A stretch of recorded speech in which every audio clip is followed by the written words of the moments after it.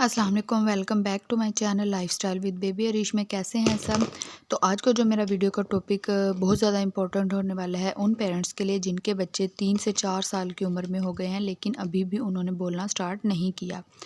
तो अमूमन जो बच्चों की बोलने की एज होती है वो ये होती है कि 1 साल की उम्र में जब बच्चा होता है तो थोड़ा थोड़ा बच्चा बोलना शुरू कर देता है किसी किसी टाइम।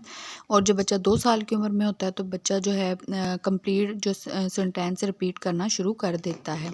तो 2.5 साल की उम्र में बच्चा या 3 साल की उम्र में जब जाता है तो बच्चा हर बात को जो है कम्प्लीटली बोलना स्टार्ट कर देता है। लेकिन उन पेरेंट्स के लिए मुश्किल उस वक्त होती है जब बच्चा 4 साल की उम्र में 3 से 4 साल की उम्र में होता है लेकिन वो अभी भी बोलना उसने स्टार्ट नहीं किया।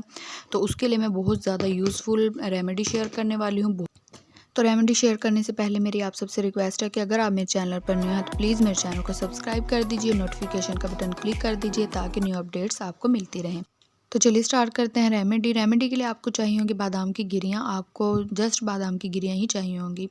तो ये आपने बाय कर लेनी है। इनका फ़ायदा ये होगा कि इससे जो बच्चों की कैल्शियम की कमी है वो भी अच्छे से होगी और बच्चों की हड्डियाँ मजबूत होंगी। उसके अलावा बच्चे की जो जिस्मानी कमज़ोरी है वो भी बादाम से ठीक हो जाएगी क्योंकि इसमें बहुत ज़्यादा मिकदार में कैल्शियम पाया जाता है और विटामिन्स पाए जाते हैं। विटामिन्स और ये कोलेस्ट्रॉल फ्री होता है। तो ये आपने बादाम की गिरियाँ ले लेनी है। आपने 2 अदद बादाम की गिरियाँ लेनी है। आपने रात भर उनको भिगो देना है और सुबह आपने खाली पेट बच्चे को ये जो छिलका उतार के आपने ये दे देनी है। आप यकीन माने कि ये आप 1 महीना ट्राई कर लें। 1 महीना ये रेगुलर आप बच्चे को दें तो आप खुद देखेंगे कि इंशाल्लाह आपका बच्चा जो है क्लियरली उसने बोलना स्टार्ट कर दिया है। बहुत ही आसान नुस्खा है।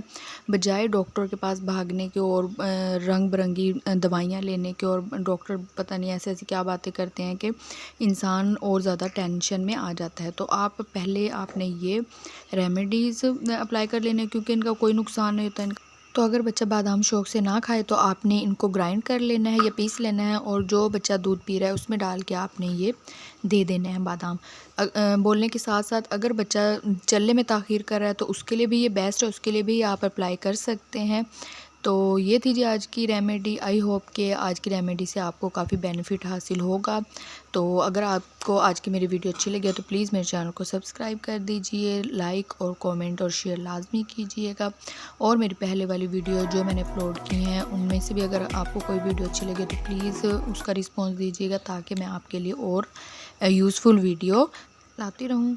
तो मिलते हैं नेक्स्ट वीडियो में। अल्लाह हाफिज़।